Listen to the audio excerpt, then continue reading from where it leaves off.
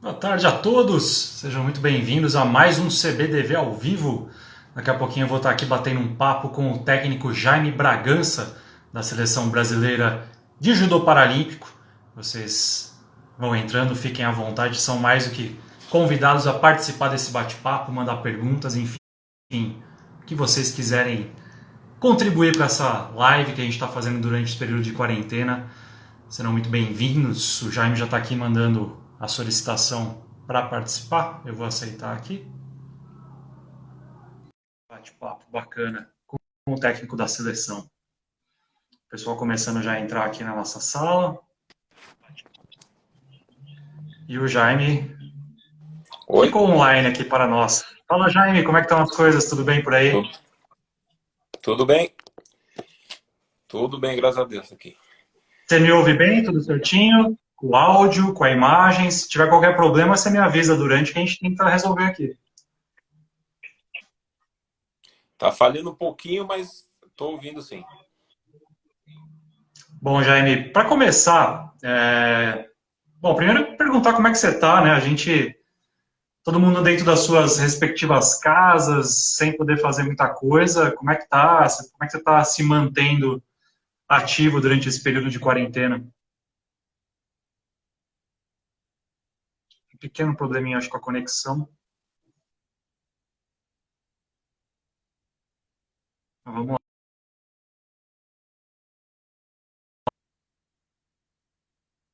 Eu acho que o Jaime está com um probleminha de conexão, já já ele volta. Enquanto isso, o pessoal já está entrando aqui, o Diego Marques, a Júlia dos Santos, a Núbia, eu vi que já tinha entrado, foi a primeira a entrar, a Maria Núbia Lins.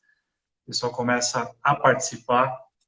A gente teve um probleminha com a conexão do Jaime, daqui a pouquinho ele entra novamente na sala para a gente tentar reconectar.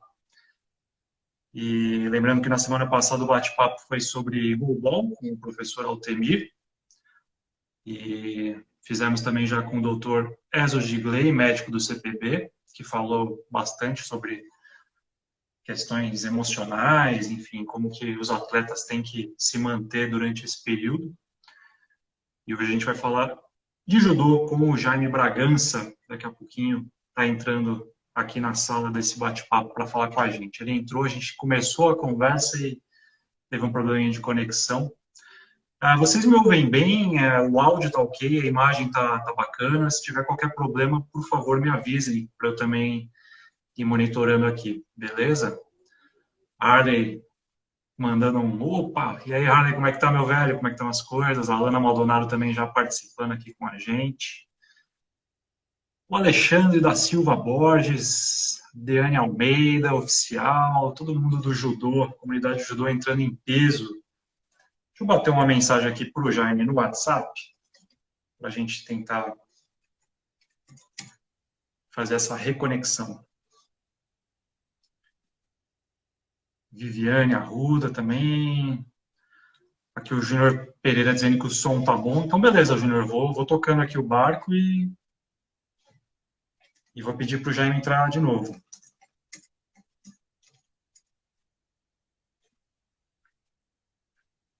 Cimeia Rocha, e aí, Cimeia, saudades do nosso convívio diário aqui no escritório da CBDV.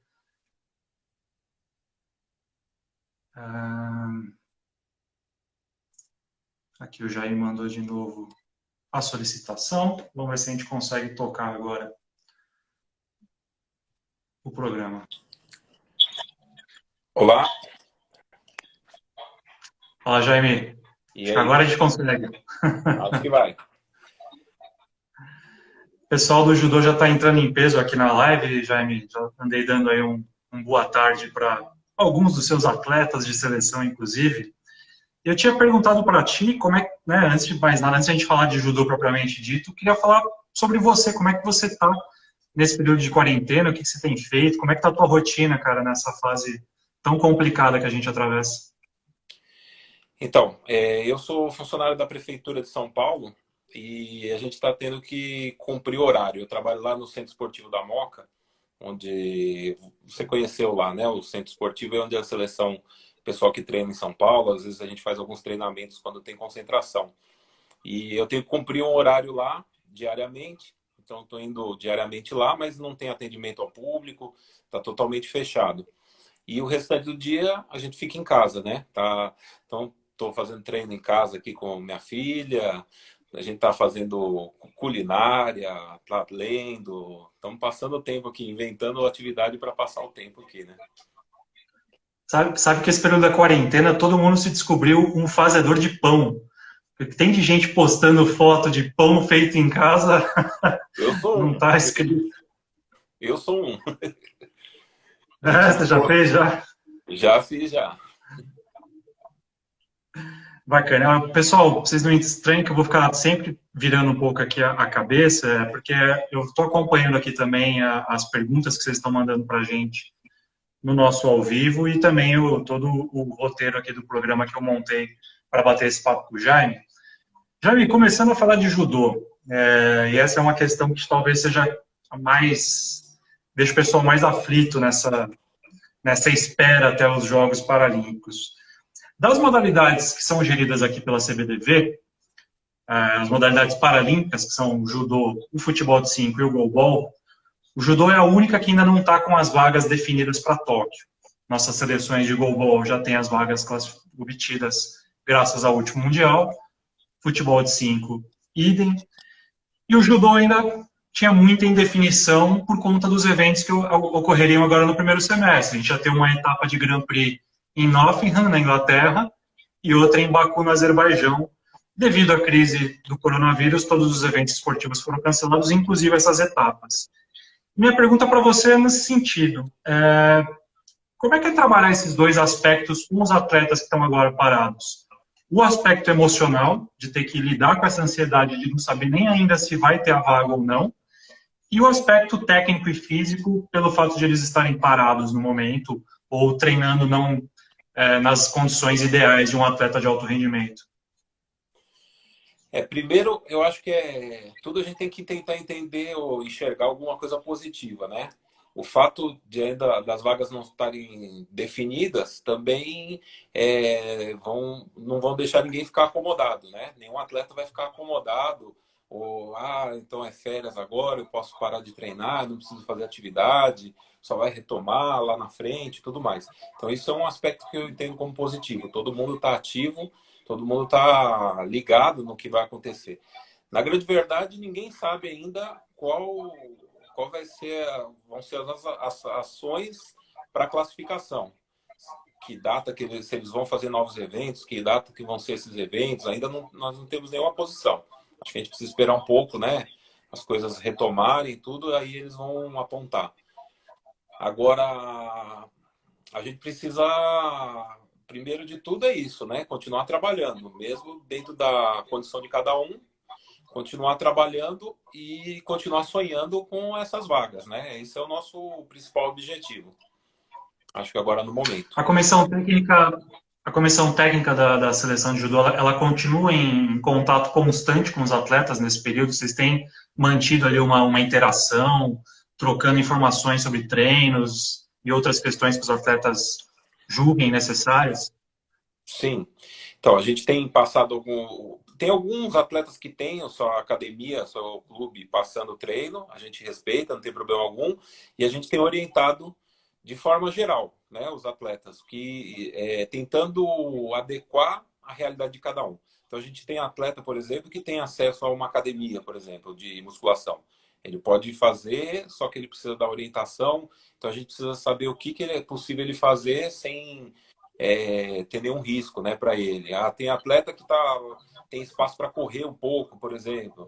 Tem atleta que não tem espaço algum. Tem atleta que tem um parceiro, o filho, o marido, para fazer o Chikome, a entrada de golpe. Então, a gente fez um contato inicial com eles, tentou mapear, né, essa condição de cada um, e aí estamos prescrevendo os treinos. Diariamente, eles estão mandando vídeos para a gente, fotos desses treinos, e a gente vai sempre conversando com esses atletas, né? Uhum.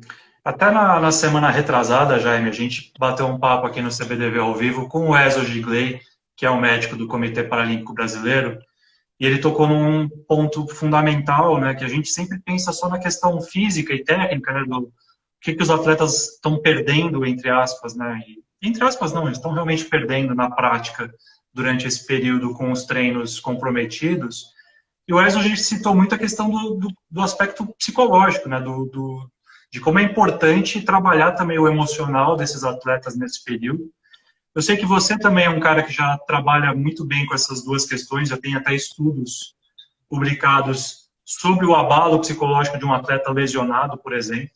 Então, acho que você também reforça bastante esse lado. É, de fato, algo mais preocupante, até do que o aspecto físico e técnico, de repente? Olha, desde o início, né, desse encerramento dos treinamentos, a Carol, a Fernanda, já entraram em contato, são as psicólogas da seleção de judô, e já fizeram um mapeamento, então elas estão em contato com esses atletas, né, e elas já mapearam a condição de cada um, né. O que a gente viu é que eles estão aceitando bem, assim, não é uma coisa que poderia gerar uma ansiedade, né? Preocupante, né? O cara não poder sair, ficar só em casa, não poder treinar, tudo. Mas parece que, pelas nossas conversas, pelos nossos contatos, que eles estão conseguindo ficar bem, né? Eles estão levando em conta. Mas é um aspecto muito importante que, desde 2014, a gente tem a equipe psicológica, né, na seleção.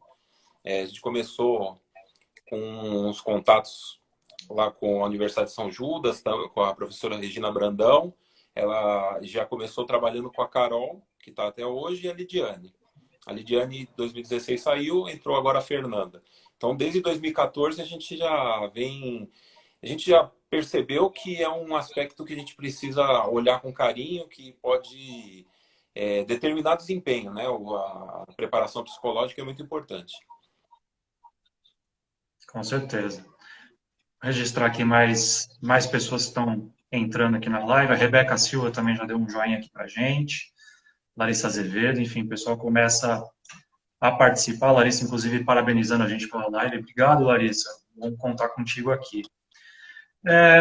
Já é a tua expectativa pessoal, quando você soube que a Paralimpíada havia sido postergada aí em um ano, o que passou pela tua cabeça? Qual foi a tua reação inicial? A gente vinha numa preparação, assim, os jogos já tinham começado praticamente, né? A gente já estava na reta final.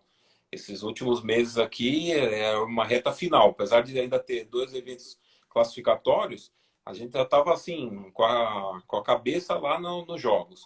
Quando começou essa pandemia, aí veio uma preocupação, né? Ó, como a gente precisa, vamos tentar adaptar, vamos tentar fazer o possível.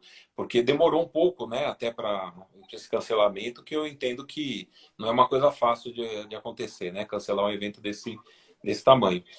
E quando veio o cancelamento, de alguma maneira, foi um aspecto positivo, porque a gente pode se reorganizar, né?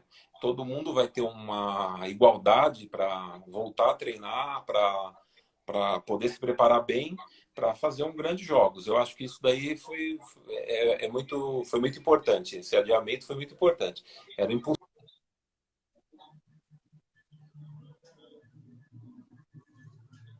Uma cortadinha de novo no áudio do Jaime. Eu vejo... Tá me escutando? Deu uma cortadinha no teu áudio, Jaime. Se você puder só retomar uns segundos antes, que acho que deu uma picotada. Então, assim, eu vejo como um aspecto importante, foi positivo o adiamento, acabou sendo positivo, né? Lá atrás, se você pensar em janeiro, em fevereiro, falar que ia adiar os jogos, seria uma coisa muito ruim para a gente, né? Mas com o desenrolar dos fatos, né, com o aumento da pandemia, foi uma coisa positiva, porque agora a gente vai ter um tempo para voltar, retomar, se preparar bem, né? Retomar todas as atividades, chegar no melhor, que esse é o nosso objetivo. E quando a gente pensa nesse retorno, né, claro que primeiro a gente tem que passar por essa fase, mas projetando aí um cenário otimista de quando a gente retornar com as nossas atividades normais ou mais próximo do normal, qual que vai ser o foco de vocês enquanto comissão técnica da seleção? Vai ser primeiro recuperar a parte física, deixar esses atletas de novo fisicamente em condições ideais de competição, para depois voltar para a rotina de treinos técnicos, ou já vai ser feita de forma paralela, de forma conjunta, né, esses dois trabalhos já vão ser coordenados conjuntamente? Do treinamento, a gente acaba treinando tudo de uma forma conjunta, né? Você pensar em tudo, nutrição, psicologia, parte física, parte médica, a gente vai ter que fazer um trabalho conjunto.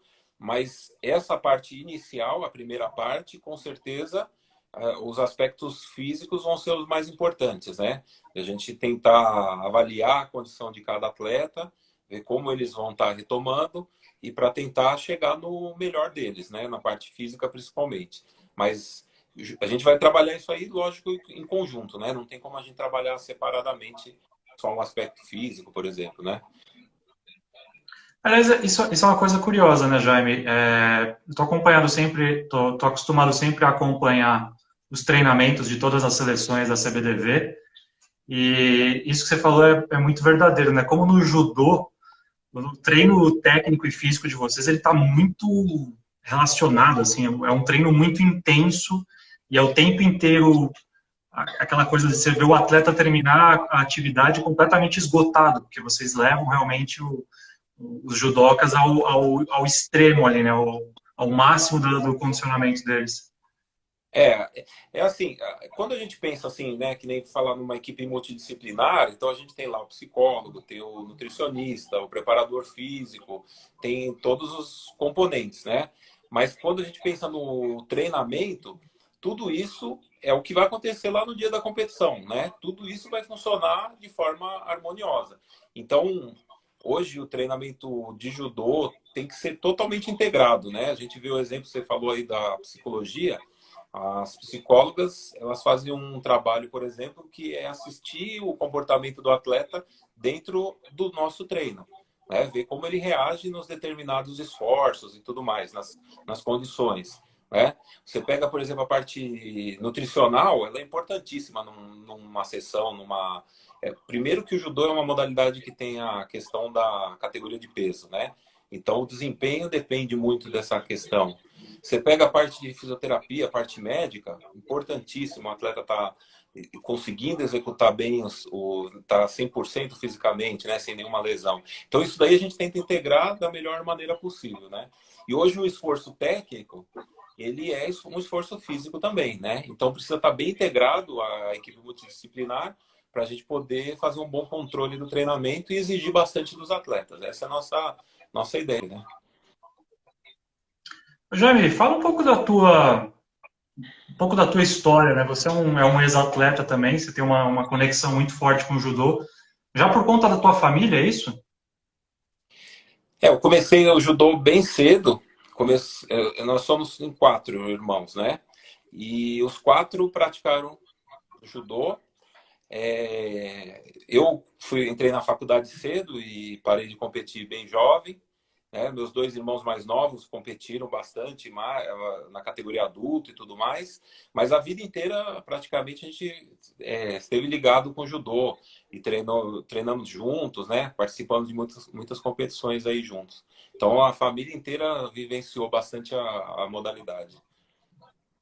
E da onde que veio essa paixão da tua família? Teve alguma influência específica? O judô era uma atividade que os seus pais incentivavam vocês por ser uma maneira de vocês estarem em atividade ali quando jovens? Por que o judô?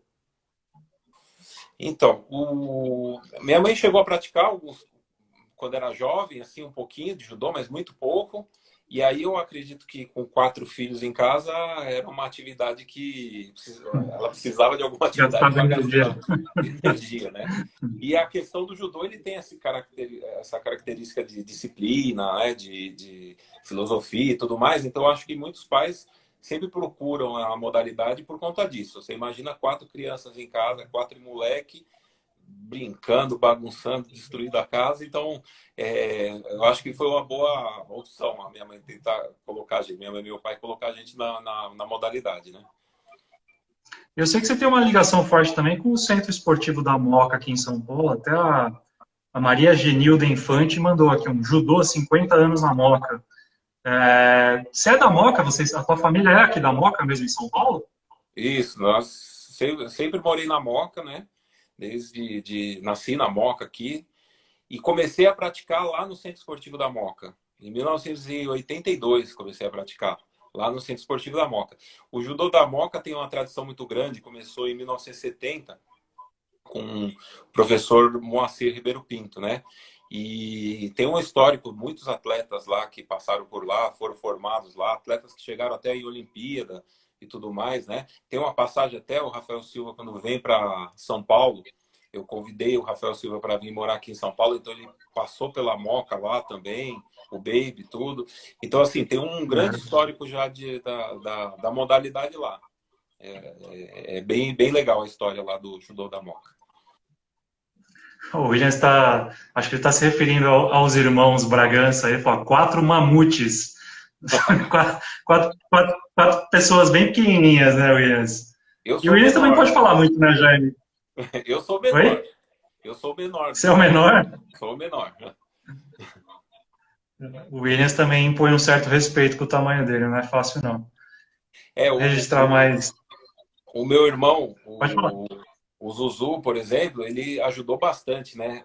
Sempre que a gente faz os treinos lá na Moca, então, por exemplo, para arrumar um cara grande para treinar com o Williams não é fácil. O meu irmão, como eu estava bem ativo, competindo bastante na categoria sênior, né? Sempre classificando no Campeonato Paulista, aqui adulto. Então ele participou bastante da preparação do Williams para 2016.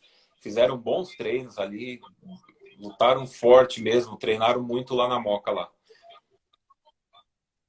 Bacana. Deixa eu registrar mais participações aqui.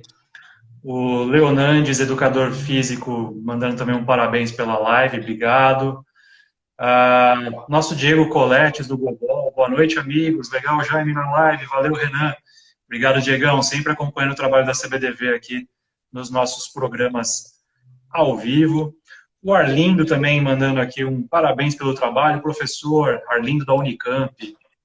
Então, teu parceiro é acadêmico. O Arlindo eu acho que tá concluindo o doutorado lá na Unicamp e está estudando judô paralímpico. Então, de vez em quando ele acompanha os treinamentos da seleção, tá produzindo bastante coisa interessante para o judô paralímpico. Um grande abraço aí, Arlindo. E a Maria Genilda, que tinha comentado do judô da Moca, está dizendo que o Klaus também está te mandando um grande abraço. Klaus é um aluno lá também. Um abração, Klaus. A Ana Maldonado aqui, outra moquense, né? Também dizendo aqui a Moca é top. Diego Marques também, a Moca é top. O pessoal veste a camisa. E isso é do bairro, né? O pessoal que é da Moca veste a camisa mesmo, sempre. Aqui o Rafael também, Sensei Jaime, obrigado por apoiar a pesquisa do judô. Rafael da UFSC. É de São Carlos? Não, é lá de Santa Catarina. Santa Catarina? É. Ele está fazendo um trabalho também, o trabalho de doutorado dele também é com o judô paralímpico, né? Ele esteve na última fase de treinamento até com a gente, avaliando os atletas. Um abração aí. Até isso legal. Até isso eu queria pegar como gancho da próxima pergunta, Jaime. Da onde começou o teu estudo e o teu trabalho com o judô paralímpico? Ó, é bem legal, né? Eu, quando tinha 10 anos, por volta de 10 anos, 9, 10 anos, apareceu um atleta deficiente visual para treinar lá na Moca, né? E chamou bastante atenção, né? Porque ele era um atleta B1, não tinha nenhum potencial de seleção brasileira, nada. Pelo contrário, era uma pessoa que entrou para fazer judô para buscar saúde. E aí, logo depois, uma equipe inteira de uma instituição, né, o SESEC, ele começou a treinar lá na Moca também. E aí, vários atletas, tive contato com muitas pessoas, assim, que eu tive uma grande admiração pela forma, assim, acabei convivendo e aprendendo muito com eles, né? Passaram os anos, eu fui fazer educação física e depois, quando eu retornei, eu passei a dar aula lá no Centro Esportivo da Moca. O professor, Sensei Moacir, em 1999, faleceu. E aí, para continuar o projeto lá, eu passei a dar aula, na época, como voluntário. Aí o SESEC voltou lá a procurar o Centro Esportivo para voltar a treinar. Então, começou uma nova fase, eu aí não mais como atleta, como professor, e eles pediram para eu começar a acompanhar eles nos eventos, né? Na época da ABDC, né? E aí a gente começou a participar de competições, nós começamos a ter bons resultados, o SESEC foi uma equipe que, até hoje, né, uma grande equipe, ganha bastante Muito aí. forte até hoje, né? É.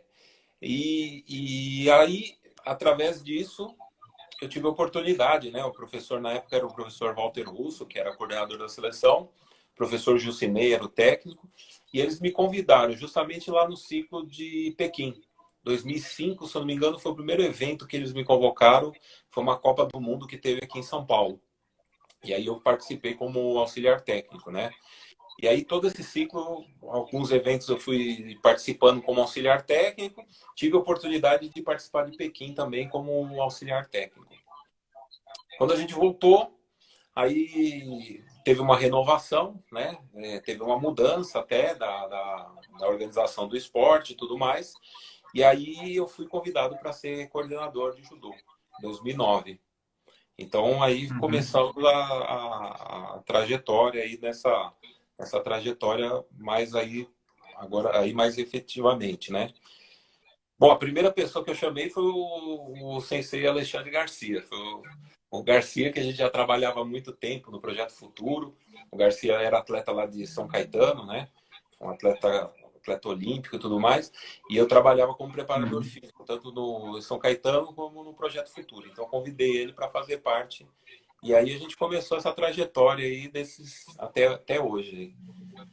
É um pouquinho de. E até se você pudesse, né, nessa linha do tempo que a gente pega desde que vocês estão desempenhando esse trabalho à frente da seleção, Jaime, o que você enxerga de evolução o judô? Talvez seja das modalidades que a gente tem aqui nessa BDV, para que já seja uma modalidade mais consolidada, né? Já desde 88 em Seul que existe no programa paralímpico, né? O futebol de 5, por exemplo, começou só em 2004 em Atenas. O goalball também é bem mais recente a trajetória da seleção brasileira. O judô não, o judô já é uma modalidade com muita tradição de longa data. Então, eu imagino que vocês já tenham assumido esse compromisso com uma responsabilidade muito grande, né, Jair?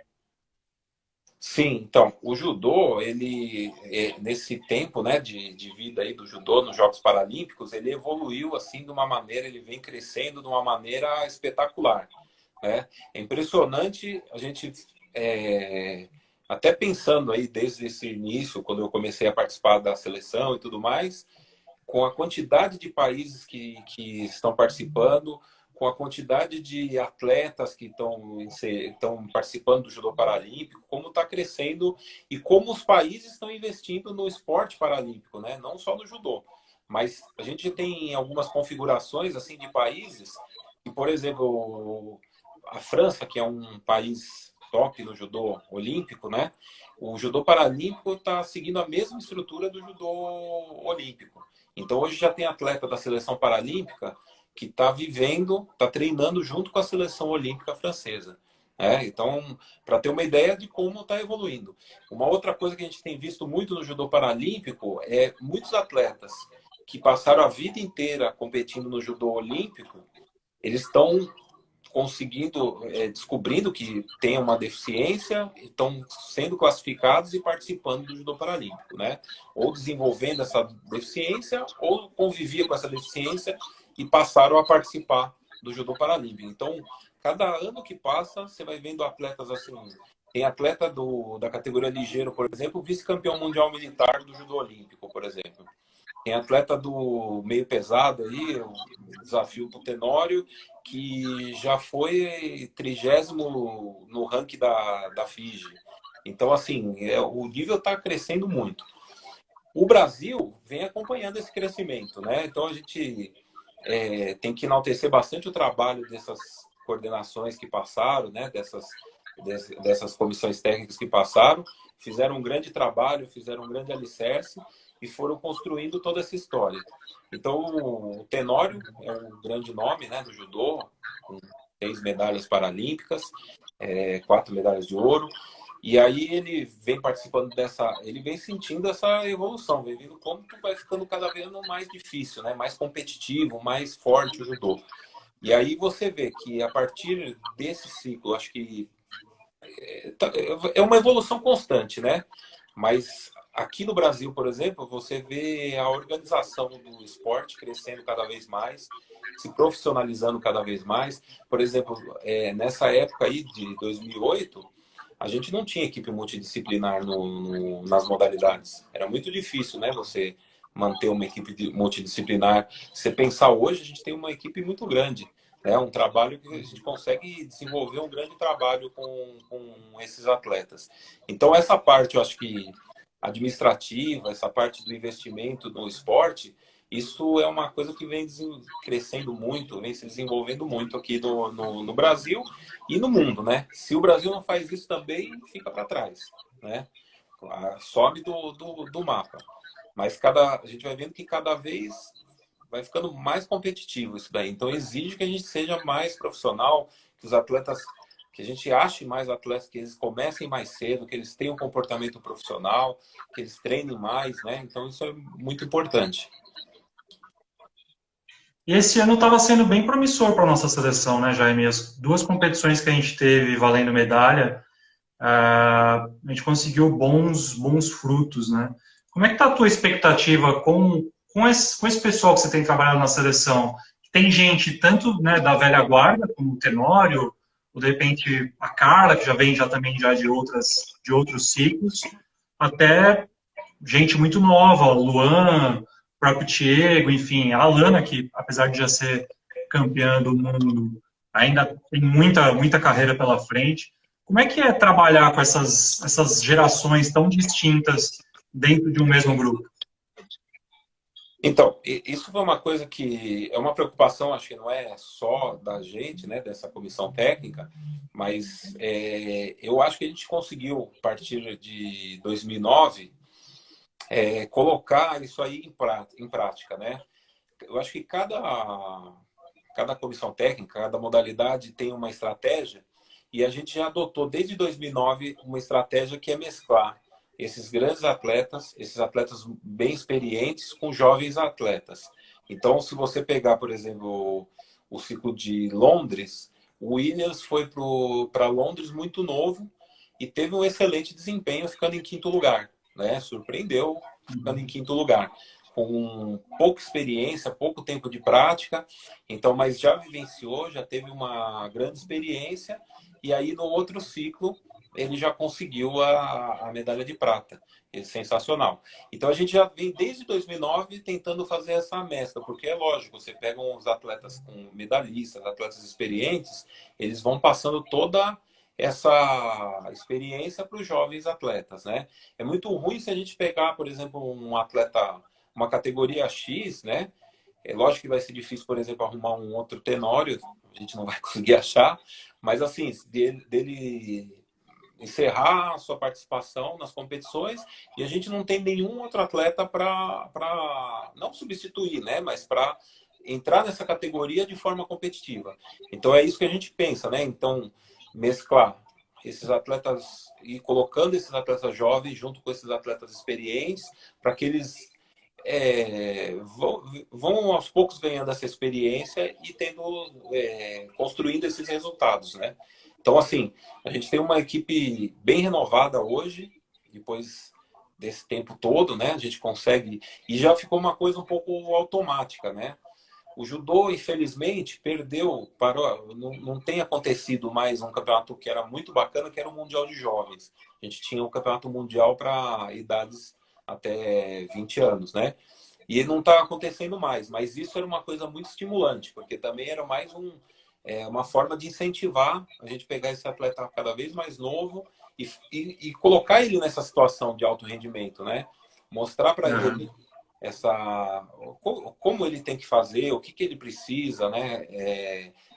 Todo esse contato com as equipes multidisciplinares, né? Com essa preparação psicológica, por exemplo, nutricional, preparação física, ele começar a cuidar da parte física já de cedo, né, do jovem, isso aí é muito importante. Então, a gente tem feito isso, mas a gente sente falta dessas competições de jovens ainda que ajudavam bastante. Acho que isso, né, em termos de seleção, é muito válido isso que você frisou. E acho que é sempre importante também a gente destacar a Copa Antônio Tenório, que justamente tem essa função aqui nas competições da CBDV, né, de você já permitir a entrada já de atletas que estão entrando em contato com a modalidade e já está vivenciando um ambiente de competição de alto rendimento, né, André? Vamos botar mais gente aqui na nossa conversa, vamos registrar mais umas participações aqui. O pessoal da Moca continua super participativo. A Roseli Signorelli falou aqui, Moca é Moca. O pessoal da Moca é fervoroso, assim, é quase uma religião você morar na Moca. Aqui o Paulo também dizendo os Paralímpicos são muito fortes, é verdade, Paulo, eu já vou falar daqui a pouquinho com o Jaime, inclusive sobre o nosso retrospecto em Paralimpíadas, para a gente relembrar. Williams Araújo aqui, relembrando aqui, foi extremamente importante a participação do Zuzu, acho que é aquele caso que você estava comentando do rapaz que treinou com ele e deu todo aquele suporte. Que o Rafael também não vejo a hora de voltar nos treinos do Moacir. Rafael, tá todo mundo querendo que volte logo competição, treino, a gente está já sofrendo nesse período sem atividade. Aqui de novo a Maria Genilda Infante dizendo, temos muito orgulho de fazer parte da Associação Moacir de Judô, o nosso grande sensei Jaime, o Cícero, João Wagner e tantos outros que se dedicam para nos treinar. A gente também aqui reforçando a participação do Jaime nesse projeto aqui do Centro Esportivo da Moca. Roger Fonseca, o Roger Fonseca aqui, mandando parabéns, meu amigo Jaime, admiração total. Quem mais está aqui? Nosso Josinaldo Souza, o Bamba do Futebol de 5. Pessoal do Futebol de 5, eu estou gostando de ver, viu? O Bamba, eu já vi que o Thiago Paraná passou por aqui também. O pessoal está acompanhando a live de todas as modalidades, não são corporativistas não, viu, Jaime? Eles acompanham todos os nossos programas aqui. A Rebeca Silva mandando um recado aqui também. Tudo isso vai passar e estaremos juntos novamente. Rebeca, é o que estamos torcendo para que aconteça em breve. Aqui tem uma pergunta para você, Jaime. Acho que deve ser uma conta, não deve ser pessoa física, mas enfim. Se eu pronunciar o nome errado aqui, peço desculpas. Bezer Beach. Deve ser alguma associação, não conheço. Mas a pergunta é, Sensei, como que é pensado o treinamento de formação? Acredito que seja de formação de atletas. Especificamente, acho que para o Paralímpico, né? Ele deve estar falando, né? A gente ainda passa, o Brasil, infelizmente, né? A gente ainda passa... Desculpa, Sensei, só que é o Luciano do Ceará que está fazendo essa pergunta por meio dessa conta que eu mencionei. Pode continuar. Um abraço, Luciano. Então, eu acho assim que o Brasil ainda tem melhorado muito isso, mas ainda passa por uma questão de preconceito, né? Essa palavra talvez que é a melhor reflita, né? Então, assim, de várias formas, o preconceito acontece de várias formas, mas a gente vê assim que até na própria família, que quando se depara com uma criança que tem baixa visão ou que nasce cega, né? Que a própria família, por proteção, ela exclui a criança de atividade física. Então, eu acho que isso daí é um grande problema que a gente passa. Outros países no mundo também passam por isso, mas a gente vamos falar aqui especificamente da gente aqui.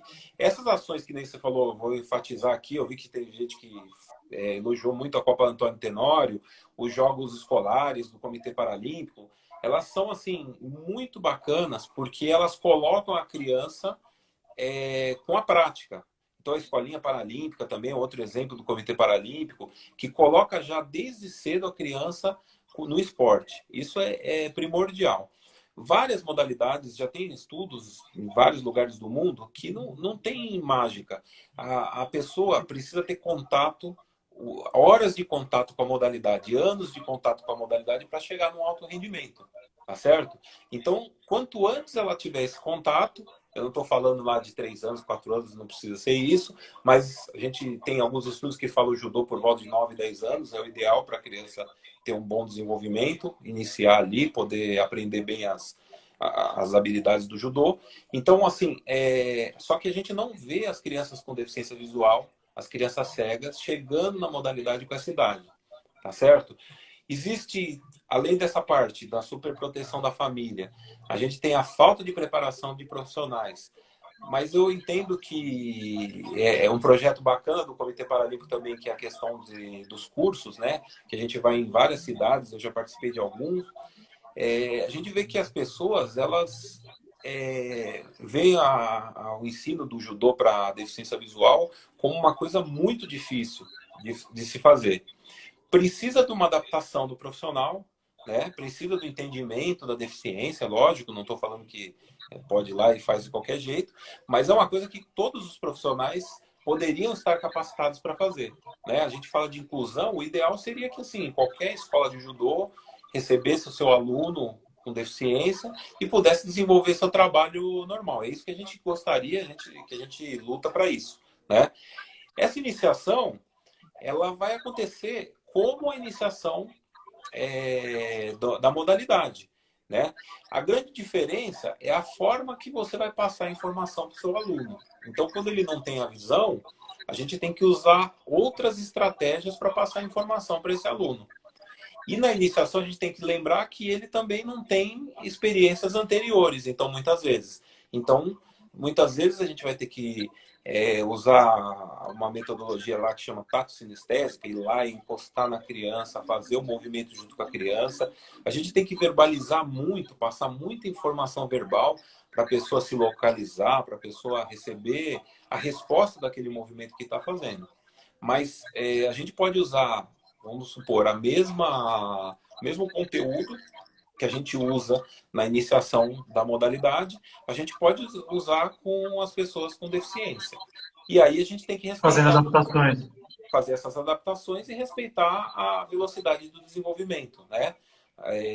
Depende muito da experiência anterior. A gente tem casos de pessoas que iniciaram a modalidade e falam assim, mas nunca praticaram a modalidade. Mas eles tiveram uma vivência motora muito grande. A gente tem casos assim de crianças que nasceram cegas, mas brincaram muito, né? Participaram de atividades na rua, correram, jogaram. Então elas ganharam uma grande habilidade motora. Isso é muito bacana. Agora, quando pega uma pessoa que teve pouca experiência motora, não vivenciou muito essas atividades motoras, ela leva um pouquinho mais de tempo para aprender essas habilidades, porque as habilidades do judô são habilidades específicas, né? São habilidades construídas. Então, quando você pega o correr, o saltar, são habilidades naturais. Então, se ela teve uma boa vivência motora, você pega modalidades que são mais próximas dessas vivências motoras fundamentais. O judô é totalmente construído, né? Os movimentos, os golpes são construídos. Ele leva mais tempo para a pessoa aprender e ficar com esse movimento bem refinado para conseguir lutar bem e tudo mais, né? Então, a iniciação acontece dessa maneira. Ela deveria acontecer de uma forma natural, e o professor conseguir adaptar. Uma coisa bacana, até para os professores e tudo mais, para a gente, quando a gente passa a trabalhar com a pessoa deficiente visual, a gente passa para ter que pensar mais no movimento, né? Então a gente consegue dar mais informações, mesmo para as pessoas que enxergam. A gente não fica limitado só a demonstrar um movimento para que ela aprenda. Então você começa a pensar mais e corrigir melhor aqueles alunos que também não têm a deficiência. Então eu falo que é uma coisa bacana para o professor, né? Mas assusta, muitos professores também ficam assustados aí. Muito interessante esse ponto que você tocou da questão de a família permitir, né, que essa criança já participe mais, né, desses ambientes e não tenha essa questão da superproteção. É muito, muito bacana de a gente tratar disso também. Aqui tem um comentário, Jaime, eu vou deixar até, obviamente, para você dar o seu ponto de vista. A Michelle Avelar, ela comentou aqui, a gente estava falando sobre o Tenório, sobre essa questão das gerações, né? ela falou assim, complicado colocar o Tenório como insubstituível, você desestimula novos atletas e cria uma imagem de que ninguém pode ser bom. Acho que não foi esse o ponto, né, Jaime? Até só para iniciar o contraponto aqui ao que a Michelle falou, a gente está falando justamente sobre essa questão da transição, né, de você criar atletas justamente para os mais experientes, para os diferenciados passarem o bastão, né? Que é, por exemplo, algo que eu sempre bato na tecla quando eu falo sobre isso, que é sempre comentar que você não vai ter um Ricardinho, um Jefinho para sempre no futebol de 5, você não vai ter a Carol Duarte, o Leomon para sempre no goalball, e você não vai ter o Tenório também eternamente, você precisa sempre desenvolver novos atletas, acho que é mais ou menos por aí, né, Jaime? Se eu estiver enganado, você me corrija também. Eu acho assim, a gente não pode comparar, é sempre judô olímpico e paralímpico, não sei, dentro da sua modalidade, se você pegar o Tenório, ninguém conseguiu fazer o que ele fez. Ninguém conseguiu essa longevidade e se manter no pódio. Até hoje ele está ganhando medalha. E nos últimos eventos ele chegou no pódio. Então, assim, ele, pelo contrário, ele estimula os atletas. Você tem atleta da seleção que começou estimulado pelas conquistas do Tenório. Né? A conquista do Tenório e cada conquista que ele vai tendo agora, eu acho que é mais interessante ainda, porque estimula mais os atletas. Agora tem uma coisa, entre os atletas, alguns atletas nível mundial, existe uma competição para tentar chegar no que o Tenório chegou até agora.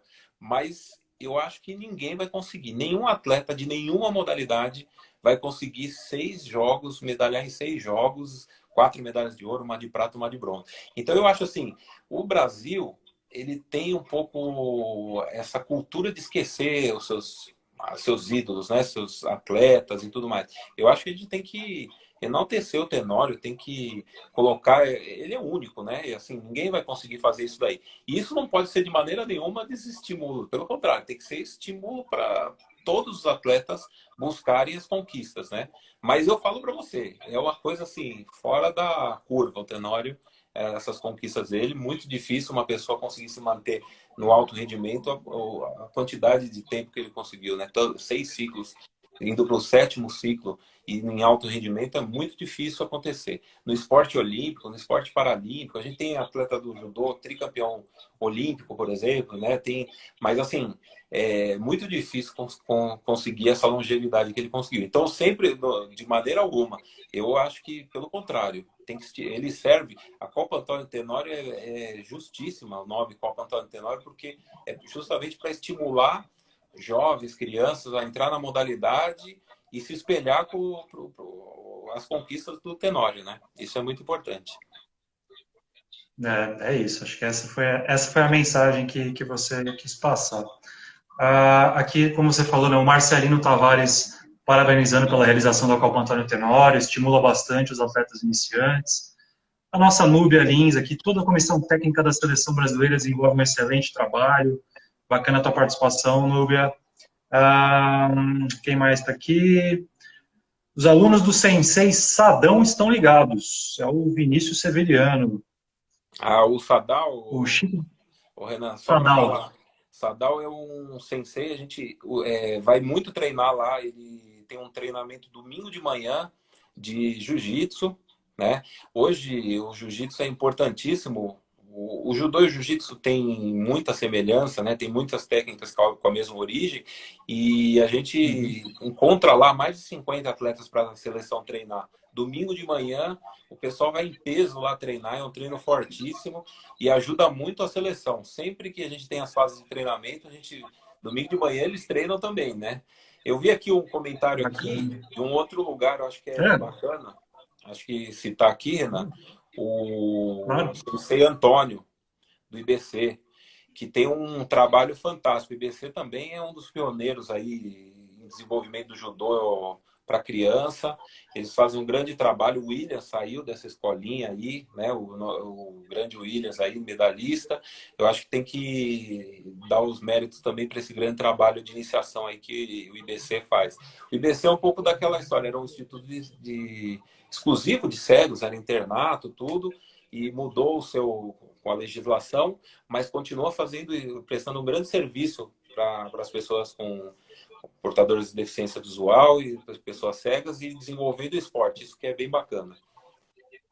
É. Eu até peço desculpas se eu não consegui aqui registrar os comentários de todo mundo. Bastante gente participando, Jaime. A gente já tá com. Chegou a ter um pico de mais de 50 pessoas aqui acompanhando o nosso Ó o bate-papo. Gonzalo da Argentina, um abração também. Gonzalo O Gonzalo, eu vi aqui. O Chico Barbosa também tinha mandado aqui uma mensagem bacana. Ele falou: muito legal ver a seleção paralímpica com estrutura de ponta, com organização e gente competente. Parabéns também ao pessoal da Moacir por sempre incentivar o esporte olímpico e paralímpico. Obrigado, Chico. Deixa eu descer um pouco aqui para pegar as mensagens mais recentes. A Fátima mandando aqui sou muito grata pela oportunidade de lutar judô, pois motiva a gente a se cuidar, alimentar corretamente. Legal, Fátima, bacana teu depoimento. Quem mais? Você falou aqui do Sensei Antônio, a gente já comentou. Deixa eu passar, então, para a próxima pergunta que eu tinha separado aqui para ti, Jaime. A gente fala justamente um pouquinho desse retrospecto do nosso judô paralímpico nos Jogos, né? O Brasil já conquistou 22 medalhas na história dos Jogos Paralímpicos, sendo 4 de ouro, 9 de prata e 9 de bronze. Na última edição, que foi a Rio 2016, a gente conseguiu quatro medalhas. Qual que é a expectativa da comissão técnica para os Jogos de Tóquio, Jaime? Vocês trabalham com um número estipulado de medalhas ou isso ainda é muito não dá para a gente falar ainda de número de medalhas se a gente não tem o número de vagas, enfim. Qual que é o planejamento de vocês para esse ciclo lá no Japão? Redan, assim, é o quarto ciclo, né, que eu estou participando. Eu participei como auxiliar técnico, né, lá de Pequim, e aí Londres, Rio de Janeiro. Vou falar um pouquinho, só voltar um pouquinho, né? Desde o começo, a minha cabeça funciona, eu tenho certeza, o Garcia, a gente conversa muito, o Roger, né? A gente pensa muito, tem um pensamento muito igual nesse sentido. A gente é muito difícil para a gente tentar pensar assim, a gente vai com um atleta lá sem chance. Quando a gente pegou o ciclo de Londres, era a pergunta assim que vinha para a gente sempre do comitê, quantos atletas vocês vão classificar? Eu brincava, falava 13. A gente está lutando para classificar os 13. A gente não vai. Não, mas seja real. Eu falei, não, a gente quer 13, a gente quer os 13. A gente vai brigar até o último minuto, né? E a gente teve uma boa classificação. A gente teve algumas categorias que não podia, pelo regulamento, ir com todos os masculinos e todos os femininos. Masculino a gente não conseguia ir com todos, mas feminino a gente tinha classificado todas as categorias, teve que abrir mão de uma. Isso daí, mas foi assim, uma coisa. E no Rio de Janeiro mudou, porque a gente tinha vaga por ser aqui, né? Então a nossa briga era essa, a pergunta: quantas medalhas? Não, a gente quer, vamos matar a pau. Temos que. A gente sabe da realidade, é muito difícil uma medalha paralímpica, né? Mas a gente teve algumas decisões agora nesse ciclo que doeram um pouquinho da gente ter algumas categorias que a gente não tinha um atleta muito competitivo e a gente teve que optar por não continuar desenvolvendo, mandando esses atletas nessas categorias. Então, hoje a gente tem algumas categorias que a gente sabe que não vai participar mesmo, né? É o 66, o 63 feminino, o 66 masculino, tudo mais. Mas a gente vai tentar, sim, classificar todas as categorias. Tem algumas com um pouquinho mais de dificuldade, tem outras que estão mais avançadas. E assim, a ideia é a gente tentar brigar por medalha. A gente tem que ir lá e brigar por medalha. Aquilo lá que a gente estava conversando um pouco atrás, da questão do atleta jovem, né? Então é lógico, você chegar com um atleta muito jovem, primeira participação em Paralimpíada, a gente sabe que é uma dificuldade grande. Mas o pensamento é assim, é tentar preparar esse cara o melhor possível. Eu acho que essa ideia real assim de medalha vai ser quando a gente tiver as definições das vagas, né? Mas assim, a gente sabe assim que o William tem muito grande chance, Tenório, o Arthur vem evoluindo muito. Então assim, a gente vê cada categoria, a gente está brigando para que eles desenvolvam. O judô nosso feminino é bem competitivo, né? A gente tem grandes atletas no judô. A gente tem categorias que é um sonho para qualquer país. A gente tem duas atletas brigando lá em cima no ranking mundial, né? Isso é muito legal. Então a gente tem o pesado feminino, que a gente tem a Meg e a Rebeca, entre as primeiras posições do ranking mundial. Então, assim, a brincadeira até com elas é assim, a gente está buscando o ouro, a gente quer o ouro, né? Quem tiver condição de ganhar o ouro é que vai para lá. Então, esse tem que ser o nosso pensamento sempre, né? Buscar o melhor. Agora, é lógico que quando chegar mais próximo dos jogos, quando tiver a definição das categorias, a gente vai ter uma ideia melhor. A gente sabe que tem categorias que são muito competitivas, são muito fortes, né? A gente tem exemplos assim nos jogos agora de 2016. A equipe da Inglaterra, por exemplo, fez aclimatação no Minas Tênis Clube, que é um dos melhores clubes do judô do Brasil hoje, né, atualmente. Os caras não acreditavam que eles eram paralímpicos, né? Tinha atleta lá que saía, que batia nos caras do atleta olímpico. Então, aí você tem o campeão paralímpico do México treinou no Pinheiros, na aclimatação. Os caras falam, pô, Jaime, mas como esse cara é paralímpico? Não é possível, o cara é muito forte. Então, assim, a gente sabe da dificuldade, mas o nosso papel é tentar, todas as formas, né, fazer com que eles cheguem para brigar por medalha, né? Essa é a nossa ideia. Legal, Jaime. Infelizmente, a gente está chegando ao fim do nosso CBDV ao vivo. Você sabe que o Instagram, quando dá 1 hora de live, ele derruba a gente, né? Aconteceu isso na nossa primeira live com o Dr. Ezog, e agora eu tenho que ficar controlando aqui um pouco o tempo para a gente não ser cortado pelo nosso Instagram. Queria te agradecer imensamente aí por participar do programa, por topar participar do programa. Acho que foi uma das lives que a gente fez que mais teve engajamento do pessoal aqui participando, mandando mensagem. A gente percebe a paixão que o judô realmente desperta no nosso público. E quero te desejar sorte aí nesse momento que a gente está passando. E espero revê-lo em breve aí nas competições. Tá bom. Queria mandar um abraço aí para todo mundo que participou. Mandaram várias mensagens aí, muito legal. Mandar um abraço para toda a comissão técnica também.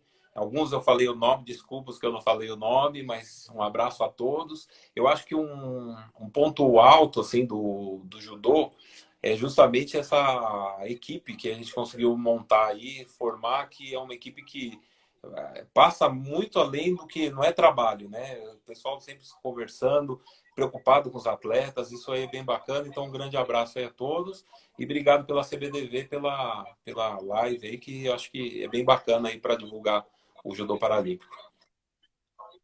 Legal, a gente que agradece. Semana que vem estarei aqui na terça-feira, neste mesmo bate-canal, neste mesmo bate-horário, com o técnico Fábio Vasconcelos, da Seleção Brasileira de Futebol de 5. Terça-feira, às 18 horas, o papo vai ser de Fut 5, e vocês do judô estão mais do que convidados também para interagir com a gente. Nos vemos no próximo CBDV ao vivo.